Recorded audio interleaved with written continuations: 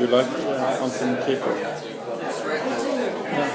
like some things, Yes, same here. but I do know there's that. Have you ever been to Jerusalem? In Jerusalem there is an amazing keeper.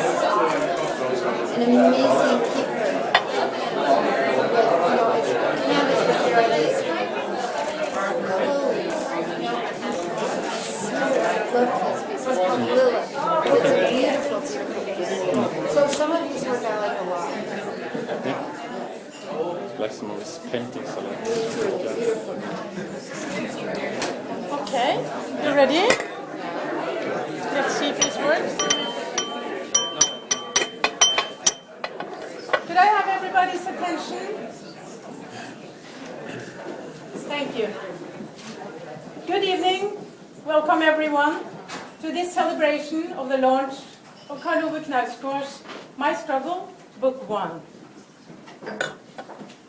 Knausgaard's novel touch upon something both deeply private and universally humane. They treat the sore and the humiliating, the trivial and the boring, as well as the overwhelming and the uncontrolled. All of this is often suppressed and concealed in our current time of perfection, correctness, and streamlined self-presentation. And maybe that's why Knausgaard's message reaches out to so many. Knausgaard is probably the most engaging Norwegian author in decades. With his My Struggle project, he has written around 3,000 pages about his own life, and an entire nation has identified with him. My Struggle is controversial. Knausgaard's uncompromising project has provoked long-lasting debates in Norway about freedom of speech and the liberties and limitations of literature. At the same time, Knausgaard is one of the most acclaimed Norwegian authors in decades. He has gathered praise and prize nominations throughout Europe, and Knausgaard is now translated into 15 languages. We would like to give our deepest thanks to Archipelago, the American publishing house of My Struggle. Archipelago only publishes translated literature of the highest quality, and they picked Knausgaard. Less than 3% of the new literature published in the United States originates from other languages than English. And by supporting the translation and publishing of novels like My Struggle, Book 1, the Norwegian government focuses on introducing diverse and innovative literature to Americans. Norwegian literature is successful abroad. There is a growing interest all over the globe. The English-speaking market has a great potential. It's the largest in the world. But more Norwegian prose is translated into German, Russian, French, and Danish than into English. Shouldn't English be number one? We think so. We would also like to thank PEN for giving us the World Voices Festival. It's a great platform for international literature, and the program this year is of remarkable quality. We look forward to experiencing the festival, where Knausgaard will participate in various events. But right here and now, we look forward to the conversation between Knausgaard and fellow author Siri Hustvedt. Being a Norwegian American, Hustvedt knows a lot about the American and Norwegian contexts. She is a celebrated and exciting author herself, having written books like Sorrows of an American, What I Loved, and The Summer Without Men, which are my 3 favorites. She also has a PhD in English literature from Columbia University, and her work has been translated into over 30 languages. Siri writes and lectures regularly at universities and conferences here and in Europe on interdisciplinary subjects, bringing together insights from the neurosciences, literature, psychoanalysis, and philosophy.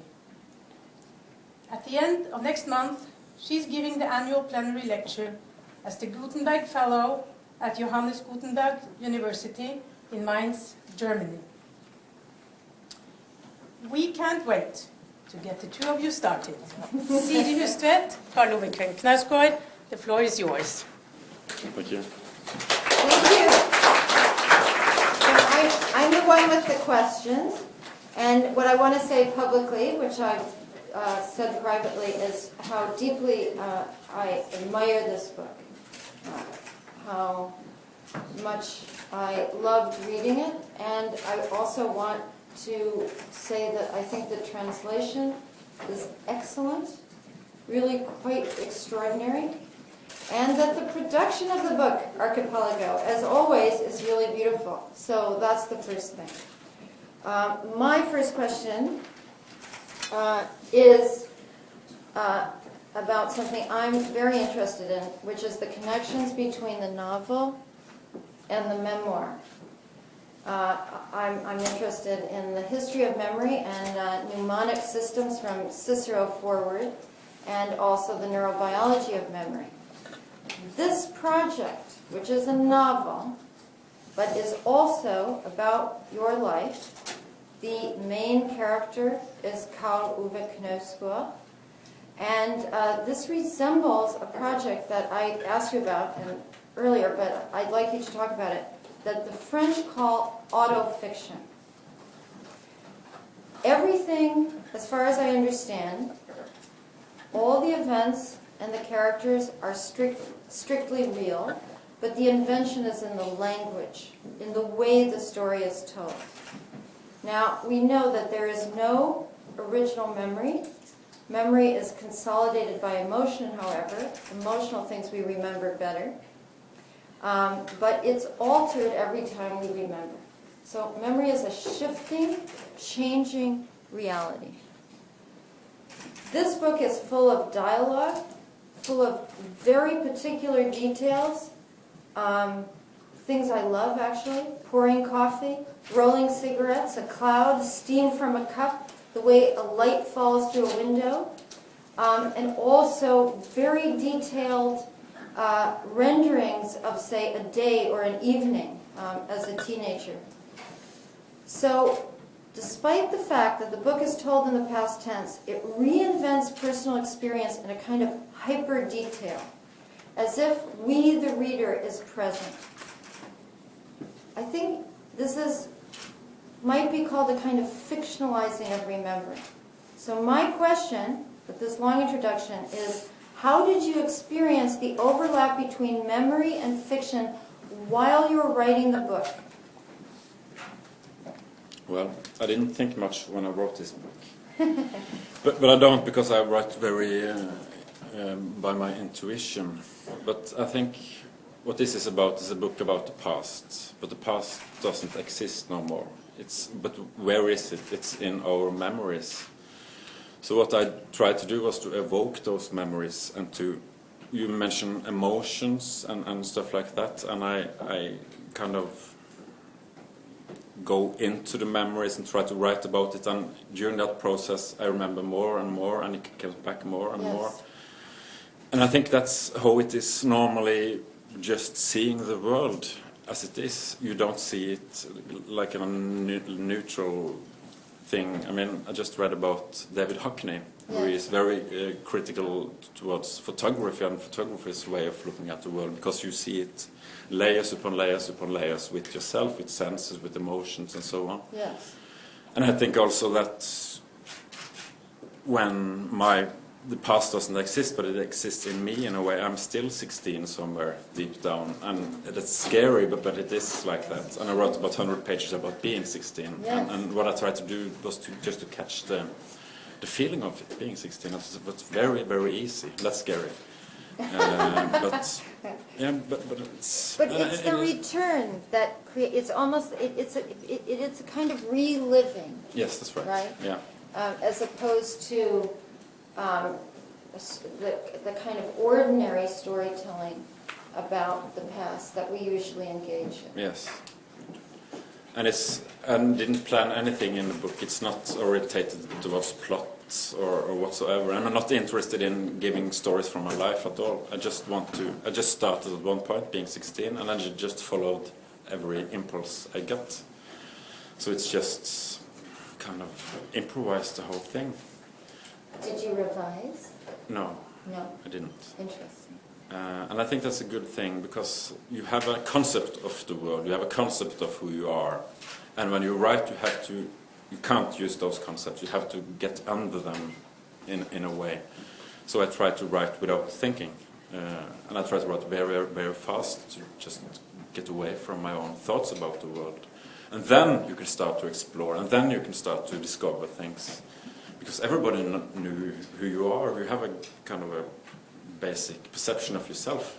And I wanted to destroy that perception of me and my life, and I just wanted to destroy it and go into it and look in other directions and see other, connections. And not only in me, but between me and all the relations around me and the world, in general, so to speak, the cultural influence, everything that goes into a mind. I try to just write about without thinking. So I'm very interested in this, actually, because I think that what we're talking about is these very deep systems that are connected to writing, which is motor sensory realities, rhythms of the body, and presences that come out, whether you're writing fiction or nonfiction or memory or whatever, that this is probably the most important aspect of writing itself.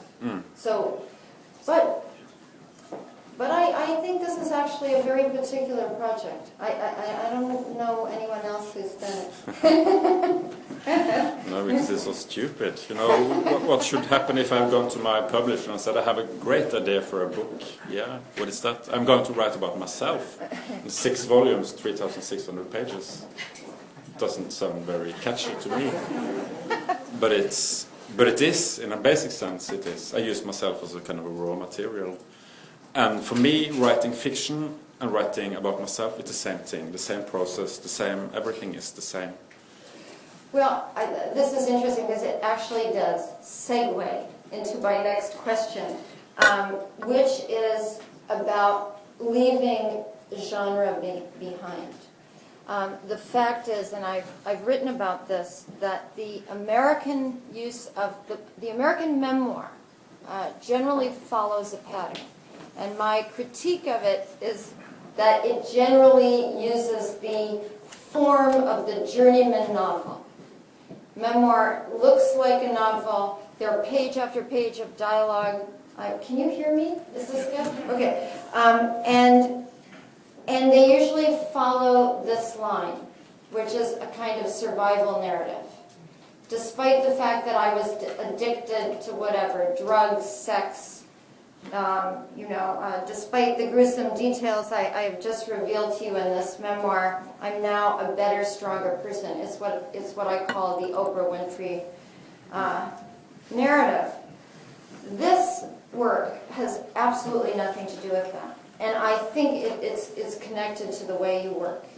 There is no prescribed kind of arc to the narrative. It's profoundly measured, thoughtful, self-critical.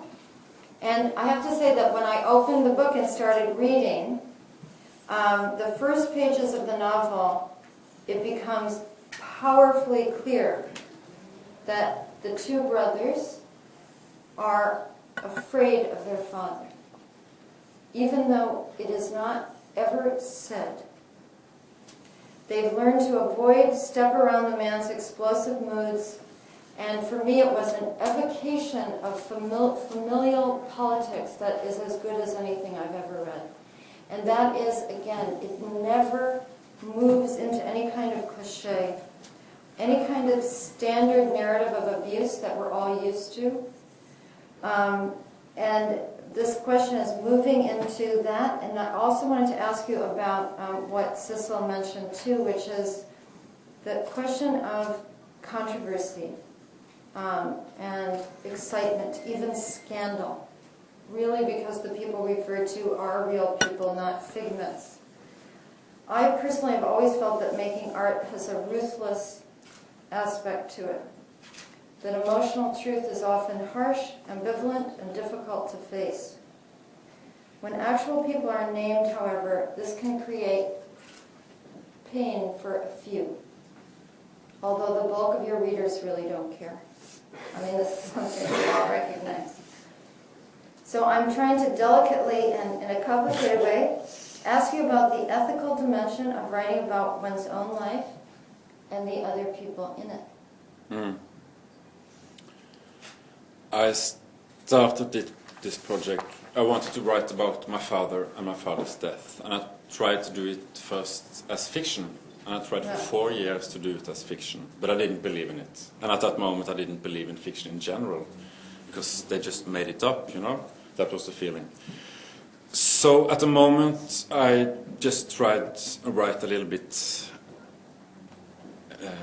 towards my real life, and I used my own name and I used my father's name, and then something happened. It was like a contract I had with reality. Okay, this book has to be real in a way, and I think I just wanted to get it as real as possible, as realistic as possible.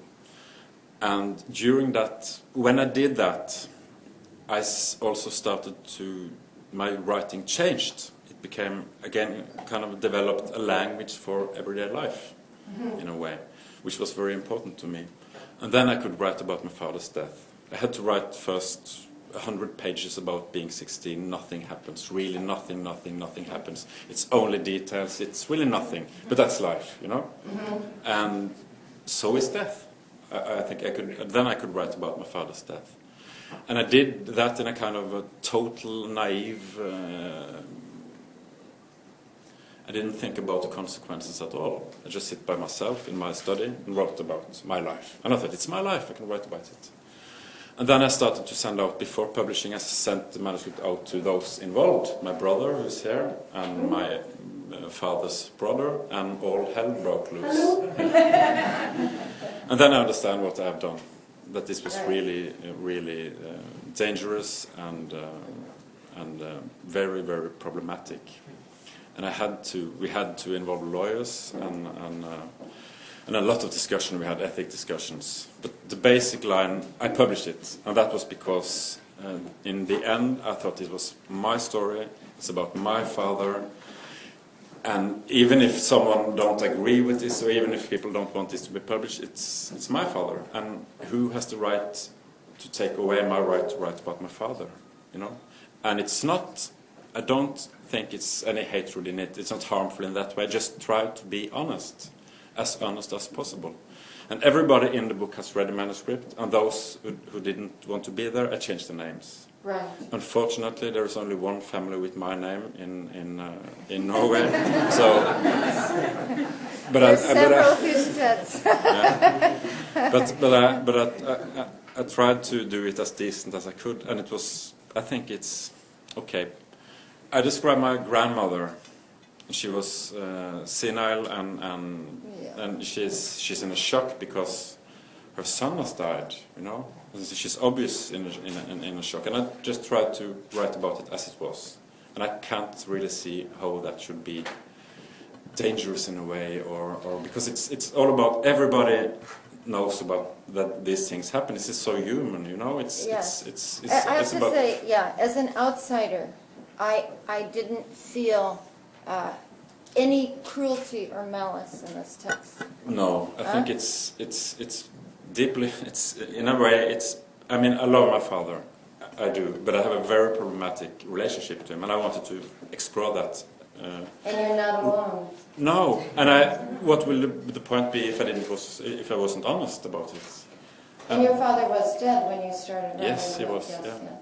No, I think these are complicated things, but as I said, in the end, often it's only about a very few people and it's because, you know, it was what Sissel was saying, especially Norwegians, by the way, that you shouldn't show anything too vulnerable. No. We're moving away from that onto something that also like about the book, and I'm interested in the fact that it just came out of you, and that's that the book has a number of essayistic flights. There's one that starts on 217, for all of you who are going to have already read it or going to rush home and read it, I'm sort of isolating this, but it begins with a quotation from Nietzsche, and this is the quotation: "Physics, too, is an interpretation of the world and an arrangement of the world and not an explanation of the world. We have measured the value of the world with categories that refer to a purely fabricated world," end quote. And then the author moves into a critique of non-representational art, modernism, and the linguistic turn in continental philosophy, the post-structuralist theory that comes out of Nietzsche and Heidegger, and which basically posits a world determined by historical discourses or language. Then you write a wonderful line, this is from the book: "Everything has become intellect, even our bodies. They aren't even bodies anymore, but ideas of bodies." The passage ends with a meditation on actual physical death, the decay and corruption of the body. I read this not only as a disenchantment with postmodern theory, but as a kind of manifesto for the novel as a whole, a return to the things themselves, to quote Husserl, "and to the dead body, here the body of the Father, your Father, and what it means." And I guess I'm asking you if this is right. And the second part of the question was that it turns out that in the last 15 years there's been a huge return to the body in many disciplines. It's a positive vogue. I would call it a stampede back to the body in the humanities, but also in cognitive science. So I wanted to know if I'm right to read it as a manifesto, and if you have any other comments about phenomenology. Yes, you are right.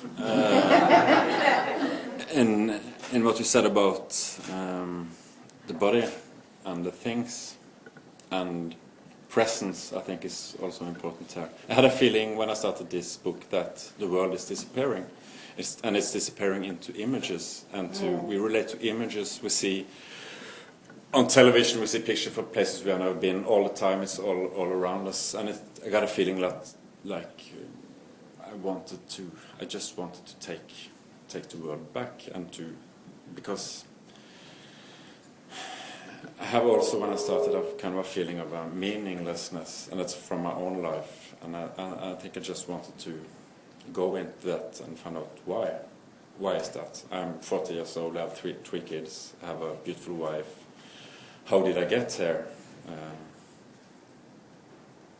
And that was the start of this project. And I think I think what literature can do and what art can do is kind of to compress meaning, and I wanted to do that with ordinary things. I mean, where do we live? So we live our lives. That's between ordinary things, and I just tried to write as detailed as I could, and kind of, it's almost like, what's the word? Not magic, but you just repeat it, and the world is coming back. But it's coming back in fiction. That's kind of a paradox, but that's what I wanted to do. The presence was very important. So that's why I use 10 pages of describing how to wash the stairs, for instance, or in the second part, how to change diapers, and things you normally shouldn't be able to write about because it's so boring. It's so boring in your own life, doing the dishwashers and so on. And I thought this is too realistic. This doesn't work, because I have some idea what literature should be about. I mean, it's Hamlet or Don Quixote or the big things in literature. But my own life didn't look like that, so I had to write about that and all the boring things. And something happens in doing this. And I think for me, thing became all of a sudden filled with meaning. I mean, all the details, all the trivialities, all the banalities. But it's only in fiction, only in there. It's not in my life as so, but I could see it in there. And I think that's one of the things I wanted to do, and what I tried to do. And also something else is if we disappear in a sea of banality, which we do, then there is something that when death comes, something that is extremely meaningful. You know, everything becomes meaningful. Everything becomes kind of Absolutely. yeah. So this is I try to capture that. You know, banality, death, and something meaningful. Well, you know, I don't know, you mentioned her twice in your text, which is kind of part of the next question, but you mentioned Julia Kristeva. And she wrote a very beautiful book about Proust that I recommend. And one of the things she talks about in that book is the motion from sensation to representation. And I think that's quite relevant for this book, your book. Is that you're moving from, as you say, this kind of pedestrian or banal experience, but very much a tactile, bodily experience that's then transformed into representation in a text. So the last one, it is a feminist question. Prefaced by this remark, which is, I think that most writers do not write about easy things. We always write about what torments and is difficult for us. And this book is very much, this first volume, a book about men and a powerful Oedipal relation, a struggle, or, to use the Norwegian word, kamp, an obsessional connection to, and a love and hatred for a difficult father, perhaps in some way an impossible father. I don't mean that as horrible, but very hard to have as a father. It's also about two brothers who are very close. The sister is hardly here. The mother is quite dim as a personality, but obviously much calmer, easier, and saner than the father. The two wives are peripheral in this volume, part of the domestic landscape of food and children and family and annoyance, or their voices on the telephone. The girlfriends are mostly part of sexual experience, beloveds and or hot objects of teenage life. There are no intellectual friendships with women and no literary influences that I can tell, with the possible exception of Julia Kristeva, who's mentioned twice. Unless I missed something, which is always possible. So, and this is not a combative question, by the way. I'm really curious about whether you were aware when you were writing about this as a kind of masculine story, and you know how that played out in your own mind. I didn't think about that when I wrote, because as I said, I just write. Yes. But it is a book about identity, and it's a book about male identity. So, of course, the father and the brother are paramount in this book. Yes. But it's I haven't really, I should have written more about my mother, but I couldn't. So it's a kind of a failure, or it was impossible to go there. Right. Because my father is dead, but she's alive, and it's really hard to go there. And then another thing is that people who are very close to you, as my wife is, or my mother are, it's difficult to hear them, it's difficult to see them. But if you have kind of a more competitive relationship to them, you can see them because you relate to them in that way, you know. And that's have to do with, and you can see who in this book gives me something. That's my mother, and that's my wife, and so on. But you don't see it, you know. It's hard to define, and I that's think that's a remarkable and very interesting answer. Yeah. Yeah, but I think it's true. Yes, I think that's how it is. No, I think it is true, and I also think, I mean, it is part of patriarchal culture too, that that there is this sort of, you know, Oedipal drive. And by the way, I think that that women also have these Oedipal impulses in relation to their fathers, and that there are, you know, female identifications with the father too, because the father is still the powerful image, you know, the image of power. And So that's I true. remember you wrote that in your last book about that all give attention to the man. He doesn't have to say anything, but you relate to him in that. You know, everybody in the book does. That's And right. Yeah. They can be invisible, they can be off stage, but still, they're bothering you. Anyway, finally, just a little, this is a little Norwegian, but and it ties in. At one point he talks about a beloved poet of mine, Olav Hauge, who is a great poet of the modern age, very difficult to translate, which is why I think he isn't famous, here. But he translated, just to give you a little tidbit, Blake Ceylon and Emily Dickinson. This will tell you what a remarkable, something about his poetry. He's in the book, and I loved reading about that. But there's also a very, to me, rather funny passage about interviewing Kjartan Fløgstad, an important Norwegian writer, and it's beautifully described. And I thought you might talk to me a little bit about literary heroes and what the idea of being a writer means for you. That was the most difficult question you asked tonight. Because I read a lot, and I've read a lot all my life. So I think reading and writing is more or less the same thing. If you write very well, then I used to disappear into books from when I was a kid. I read and disappeared into books. And at that moment I started to disappear when I wrote myself. I knew that this is real in a way. So literature has always been very important to me. But my heroes, it's very difficult to say. Was it Fløgstad kind of a hero though? Yes, and he's really an excellent writer, and he's so decent, and he's so good with... I mean, he's kind of a role model for how you should be a writer, I think. Mm-hmm. And he's very good as well. But I think I read Marcel Proust when I was 24, and then I struggled a lot. I couldn't write. I mean, I couldn't really write at all, and I wanted to be a writer.